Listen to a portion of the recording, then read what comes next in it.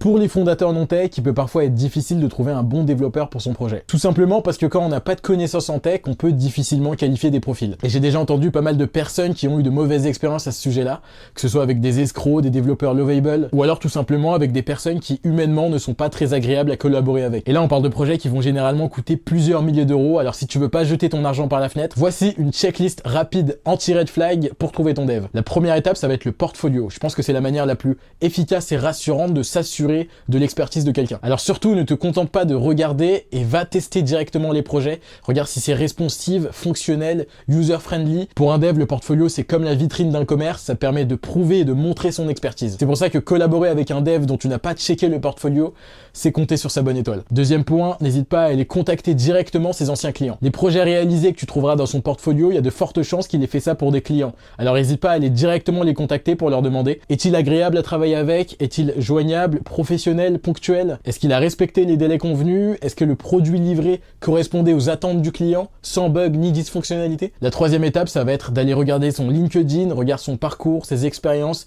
s'il a eu des recommandations. Si tu vois qu'il commence tout juste dans le dev, ou alors qu'en réalité il travaille dans un autre domaine, c'est peut-être pas une bonne idée. Et la dernière étape, qui est un peu optionnelle, ça va être d'aller checker son activité GitHub. GitHub permet aux devs de partager leur activité annuelle et donc de savoir combien ils ont fait de commits par jour, donc de création ou de modification. Donc si tu vois qu'il a très peu d'activité, comme sur cette image, c'est peut-être pas une bonne idée. Une activité GitHub d'un développeur actif, ça ressemble plutôt à ça. Maintenant, si tu as validé ces 4 points et que tu as décidé de le contacter, la dernière chose que tu peux vérifier pendant l'appel, c'est à quel point il est intéressé par ton projet. Un bon développeur, il sait que chaque client a une vision différente et donc c'est super important pour lui de comprendre vraiment le besoin auquel tu veux répondre. C'est pour ça qu'en général, dans un premier contact, il devrait te poser pas mal de questions. Si tu sens que sa priorité, c'est surtout de te convaincre de travailler avec lui et que le projet, finalement, ça l'intéresse pas tant que ça, faut peut-être se méfier. Voilà pour la checklist. Si tu es fondateur non-tech, elle peut te faire économiser énormément de temps et des milliers d'euros. J'en ai d'ailleurs créé un article sur mon site, je te mets ça dans la description. Et si t'as juste pas envie de te prendre la tête dans les recherches et que tu veux créer un projet SaaS ou mobile,